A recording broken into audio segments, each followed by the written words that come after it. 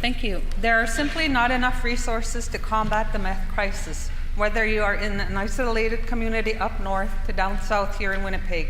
This government needs to begin actively letting the public know as to how they are going to combat this crisis.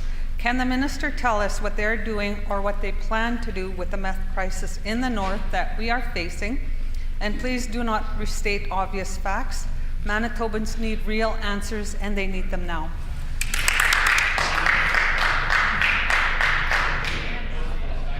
The Honourable Minister of Justice. Well, thank you very much, Madam Speaker, and I will certainly be more than happy to put on some of the obvious facts that we're doing here. Obviously, working across government to deal with the meth situation that is impacting so many Manitoba families.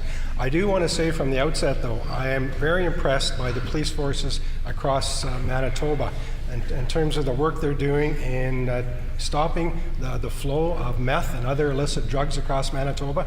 I don't think we give enough credit to the police officers, the seizures they made in various communities across Manitoba, including northern Manitoba.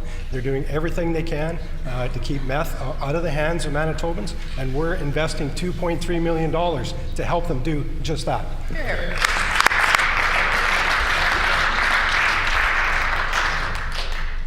The Honourable Member for Kuwait-Nook on a supplementary question. Thank you. In one of my communities, the leadership managed to reduce the amount of illicit drugs from entering the First Nation. But our First Nation safety officers could not relax very long as another issue arose. The addicts then began trying to walk across thin ice in hopes of reaching nearby communities for their supply. Dry-out centers are few and far between for many communities in the north.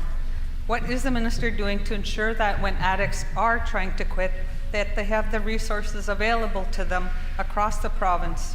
And please know that a warm cup of coffee is a poor excuse of an answer.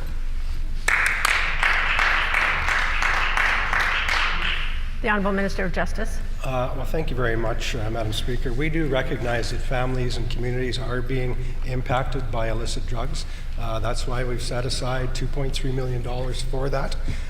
We've also, in terms of rural Manitoba, in this year's budget, we've allocated additional funding for up to 29 RCMP officers for rural Manitoba. We think that's important.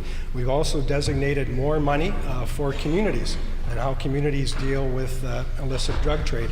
So in terms of the hub model, the community mobilizations, we've allocated more money to communities for that. We'll continue to train First Nations safety officers. More safety officers will be in the field, and we will continue to invest in resources to stop the illicit drug trade here in Manitoba.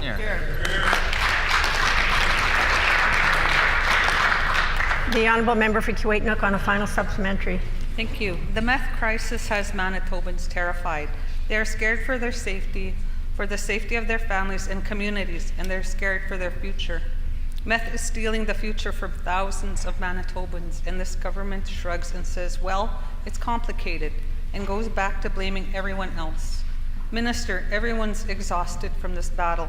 When will this government actually implement a plan that doesn't involve firing people and shutting down ERs? When will this government make things better for all Manitobans? The Honourable Minister of Justice. Well, Madam Speaker, we take the illicit drug trade, and certainly public safety is paramount for us. We're investing in the $2.3 million to fight illicit drugs. We're putting money into communities in terms of community mobilization.